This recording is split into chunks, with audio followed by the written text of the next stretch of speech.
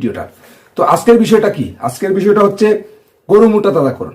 তো গরু মোটা তাজাকরণ কি? আজকের ভিডিও হচ্ছে যাদের গরুগুলা মোটা তাজা হচ্ছে না, অনেক সময় দেখা যায় ভালো খাবার দাবার দেওয়ার ফলেও গরু মোটা তাজা হচ্ছে না, তার সমাধানটা দেওয়ার চেষ্টা করব ইনশাল্লাহ।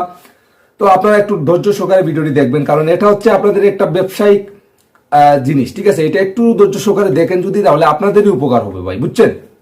তো বিষয়টা হচ্ছে আমরা যারা গরু মোটা তাজাকরণ করতে চাই তারা অবশ্যই অনেক কিছু জানি, তারপরে এই সেক্টরে এসেছি, কিন্তু সব কিছু জানলেও অনেক কিছু জানার থাকে। তো বিদ্যার কোনো শেষ নাই, ঠিক আছে? একটা সাগর, বিদ্যা একটা মহাসাগর, সেই সাগরের কোনো কুল কিনারা নাই, ঠিক আছে? তো বিদ্যা মানে শেখার কোনো শেষ নাই। তো আমরা আজকে সরাসরি পয়েন্টে আসি, আমাদের গরুগুলো অনেক সময় মোটা তাজা কেন হচ্ছে না। দেখেন ভাই, আমাদের কিন্তু কিছু একটা জিনিস ঘাটতি থাকলে কিন্তু আমাদের খামারে কখনোই উন্নত করা যায় না। সর্বপ্রথম যেটা হচ্ছে নীরব একটা ঘাতক হচ্ছে পরজীবী। এই পরজীবীটা যদি মুক্ত না করেন, আপনার খামারের গরুগুলার জীবনে মোটা তাজা হবে না, এটা আমি গ্যারান্টি দিয়ে বলছি। এবং দুধ উৎপাদন আপনি কখনোই বাড়াতে পারবেন না, বা আপনার দুধ উৎপাদন যেরকম পাওয়ার কথা সেরকম পাবেন না। মোটা তাজা গরু কিন্তু ঠিক সেইরকম হবেন না। পরজীবীটা কি? পরজীবী হচ্ছে গরুর যে লিভার আছে, ওই লিভারে কিন্তু কৃমি থাকে, ঠিক আছে? কলিজার মধ্যে কৃমি থাকে। ওই কৃমিগুলাকে আপনাকে দূর করতে হবে, উকুন আটাল গরুর শরীর থেকে দূর করতে হবে। সর্বপ্রথম গরু কেনার পরও কৃমির ডোজ করাবেন, এবং পাশাপাশি পরজীবী যেমন উকুন আটালের চিকিৎসা দেবেন। তারপর যেটা করবেন আপনারা, প্রতি 3 মাস পর পর গরুকে কিন্তু কৃমির ডোজ করাবেন। প্রতি 3 মাস পর পর একটা তারিখ লিখে রাখবেন যে এই তারিখে আমি গরুকে কৃমির ডোজ করিয়েছিলাম, আগামী এই তারিখে আমি কৃমির ডোজ আবার করাবো। সেক্ষেত্রে কি হয় দেখেন, আপনার যে ভালো ভালো খাবারটা দিচ্ছেন সেটা যদি আপনার গরুর বদলে কৃমি খেয়ে নেয়, সেক্ষেত্রে কিন্তু আপনার গরুটা মোটা তাজা হবে না। কারণ যে ভিটামিনটা গরুর শরীরে যাওয়ার কথা সেটা চলে গেল কৃমির শরীরে, এবং কৃমি পায়খানা করলো, সেটা গরুও পায়খানা করে বের করে দিল। মানে পায়খানার বদলে পায়খানা, ভিটামিনের কোনো ছিটাফুটা নাই। দানাদার খাদ্য যেগুলা দিলেন ওইগুলা সব পুষ্টি খেয়ে নিল তারা, গরু পেল কি? গোবর, ওই কৃমির গোবরটা পেলো, ঠিক আছে? তো আমাদের সর্বপ্রথম যেটা করতে হবে সেটা হচ্ছে উকুল আটাল এবং কৃমির ওষুধ করাতে হবে। কৃমির ওষুধ যেভাবে করাবেন সেটা অনেকেই জানেন, এটা বলে দেওয়ার কিছু নাই। যদি না জানেন, আমার ওই চ্যানেলে কৃমির ওষুধ নিয়ে অনেক ভিডিও আছে, আপনারা দেখে নেবেন। কৃমির ডোজ করানোর পর লিভার টনিক দিতে হয়। লিভার টনিক কিভাবে দিতে হয় ওই চ্যানেলে ভিডিও আছে, তারপরে বলছি। লিভার টনিক হচ্ছে কৃমির ডোজ যেদিন দেবেন তারপর দিন থেকে একটানা 5 দিন, এবং জিঙ্ক হচ্ছে যেদিন কৃমির ওষুধ সকালে করাবেন খালি পেটে একদম ভোরবেলা, ওই দিন বিকাল থেকে 5 দিন লিভার টনিক এবং জিঙ্ক দেবেন একসাথে, ঠিক আছে? লিভার টনিক দেবেন একদিন পর থেকে, আর জিঙ্ক দেবেন প্রথম দিন থেকে। এভাবে খাওয়ানোর পর আপনারা যে কাজটা করবেন, আপনারা গরুকে দানাদার খাদ্যগুলা 100 কেজি বডি ওয়েটে আপনারা দেবেন। যদি আপনারা একটু লং টাইম গরু পালেন সেক্ষেত্রে 100 কেজিতে দেবেন 1 কেজি। যদি আপনারা অল্প সময় 6 মাস 3 মাস মেয়াদি গরু পালেন সেক্ষেত্রে 100 কেজিতে 2 কেজি। তারপর যেটা করবেন, তারপর আপনারা গরুকে কিছু ভিটামিন দিবেন। ভিটামিন যেটা আমি বলে দিচ্ছি সেটা একটু পরে আসছি। আপনারা এই 100 কেজি বডিতে দেবেন, যদি লং টাইম পালেন 1 কেজি, এবং কম সময় পারলে 2 কেজি 100 কেজি বডি ওয়েটে। এটা দিবেন দানাদার খাদ্য, এবং প্রতিদিন একটা গরুকে কমপক্ষে 10 থেকে 12 কেজি কাঁচা ঘাস দেওয়ার চেষ্টা করবেন, এবং 2 কেজি খড়। এগুলা কিন্তু আপনারা মেনটেন রাখবেন, ঠিক আছে? তারপর হচ্ছে ভিটামিন। ভিটামিন কি কি প্রয়োজন? গরুর সাধারণত জিঙ্কের প্রয়োজন হয়, তারপর ক্যালসিয়ামের প্রয়োজন হয়।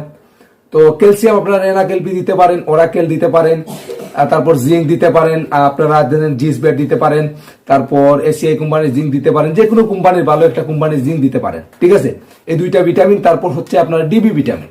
ডিবি ভিটামিন খুবই একটা ভালো জিনিস, সেটা দুধ উৎপাদন মাংস বৃদ্ধি দুটোরই কাজ করে। সেটা যদি আপনারা দিতে পারেন, যেমন রেনা ডিবি বা মেগাবিট যে ডিবি ভিটামিন, ওইটা আপনারা 2 ভাবে খাওয়াতে পারেন। সেটা হচ্ছে 100 কেজিতে খাদ্য তৈরি করেন তাহলে আপনারা 1 কেজি ডিসিপি দিতে পারেন, ডিবি ভিটামিন যেটা, ওইটা 1 কেজি দিতে পারেন। ওই সমস্ত খাদ্যের মধ্যে মিক্স করে দিলেন, তারপর আপনার গরুকে পরিমাণ মতো খাওয়াতে পারেন। আর যদি দেখা যায় না আপনার অল্প দানাদার খাদ্য, আপনি অত দানাদার খাদ্য মিক্সও করেন না, তাহলে আপনি ওই অল্প দানাদার খাদ্য, ধরেন 2 কেজি খাদ্য দিচ্ছেন, তার সাথে আপনি 10 থেকে 15 গ্রাম ওই ডিবি ভিটামিন দেবেন একটা 100 কেজির বডি ওয়েটের গরুকে, ঠিক আছে? প্রতিদিন দেবেন, ঠিক আছে? এভাবে চালিয়ে যাবেন। তো ডিবি ভিটামিন, তারপর আমাদের জিঙ্ক যেটা সেটা 5 দিন করলে হবে, তারপর ক্যালসিয়ামের কোর্সও 5 দিন করলে হবে। ডিবি ভিটামিন আপনারা সারা মাস চালিয়ে যেতে পারেন।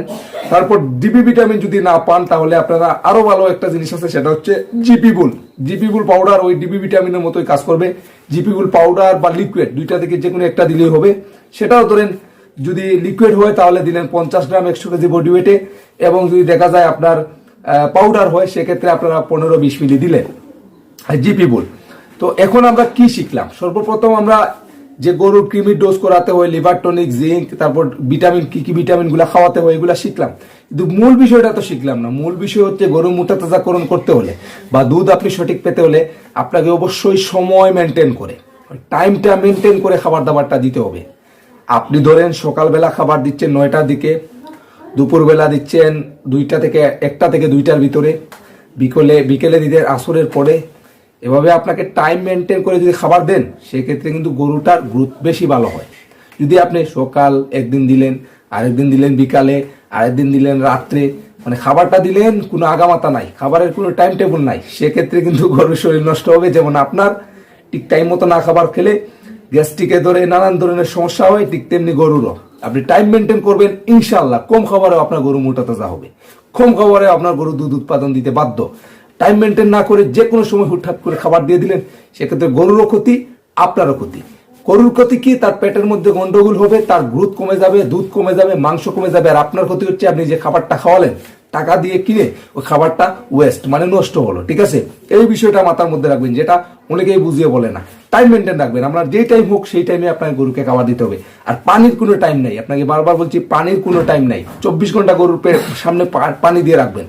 আর যারা বলে পানি খেলে গরুর পেট মোটা হয়, তারা কিন্তু কিছুই মানে বিষয়টা বুঝে না, না বুঝেই বলে পানি খেলে গরুর পেট মোটা হবে কেন, বেশি পানি খেলে পেট মোটা হবে, এটা একটা কথা হলো?